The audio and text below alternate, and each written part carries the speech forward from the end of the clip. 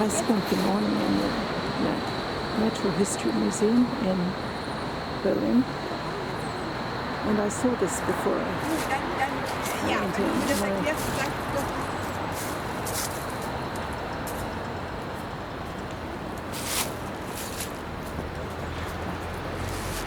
So what she did was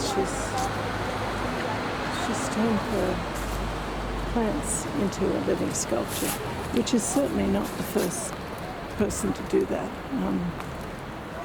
Capability Brown in England was a huge proponent of gardens looking absolutely gorgeous, and some of his gardens are apparently still in existence today. But I liked that she did that, and I liked that she got funding for it.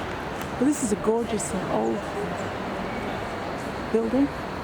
I learned that 2/3 of it was not damaged by the British and the American bombs. Now we're right in the middle of Berlin. We're about half a mile from the central train station.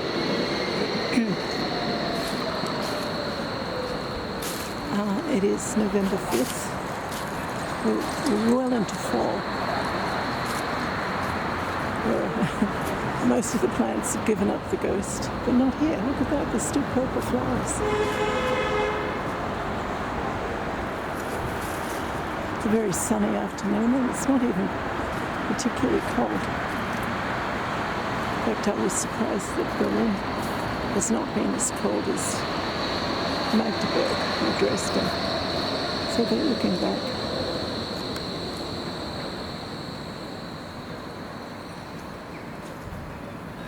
And of course, the backdrop of the trams and the buses of Berlin. This is really gorgeous. I came here on Monday, it's now Wednesday, but the museum was closed. That's actually the first thing I wanted to race in and see on my return to Berlin after 2 weeks and visiting my daughter in Dresden.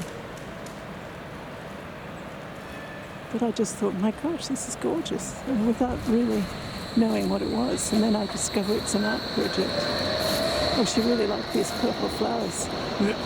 But as she explained, when you put plants, they change with each season. So you have an ongoing artwork. I don't know what these big things are. I have something like that in my garden. There were red flowers too.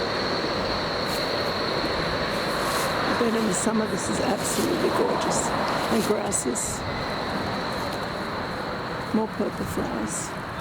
And it goes on both directions too. So also over here. Although I think I'll walk this way. Yeah, and the front. This is a lot of effort from a lot of people. It's gorgeous. Yeah. I'm sort of looking out onto the Berlin Street. There's a plane. I'll be on a plane tomorrow. 2 planes. One to Frankfurt and one to Philadelphia. With any luck, if things work out. Look, there's yellow flowers there. So it's not just the flowers, it's how many of the flowers and what they're planted next to. Okay, these I guess were red. Yeah, the attention to detail in this museum is amazing. Well, it isn't. Natural history museums are really big on looking at tiny, tiny things like bugs and enormous things like dinosaurs. I learned that it has the world's biggest complete dinosaur skeleton, according to the Guinness Book of Records. And it really is huge. It is certainly bigger than the one in Philadelphia Academy of Natural Sciences. Although they had the honour of actually having the very first complete skeleton, which came from my town in Haddonfield. Look at these red flowers. Okay, so that's the outside of the Natural History Museum.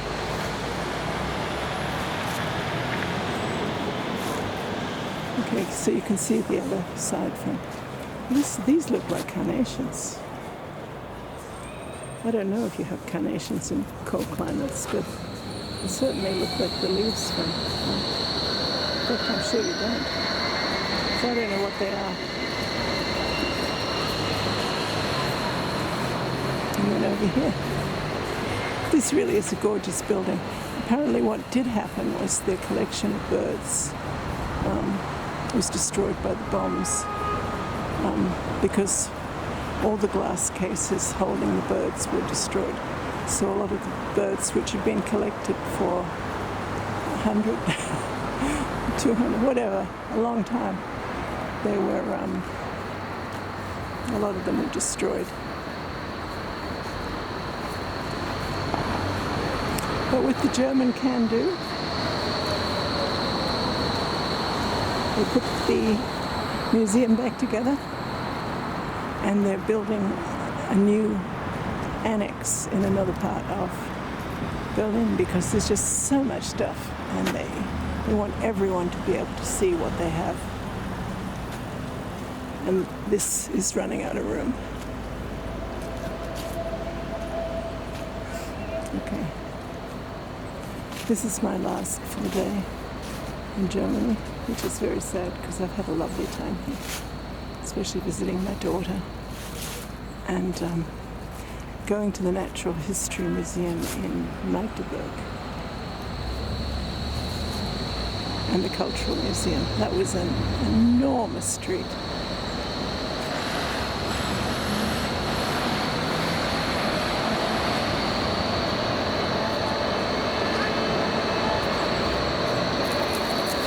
Here's some more red flowers at the edges.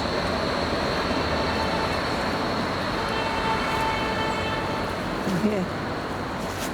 Okay, November 5th, 2025, Guy Fawkes Day. Don't blow up anything, especially not the House of Parliament.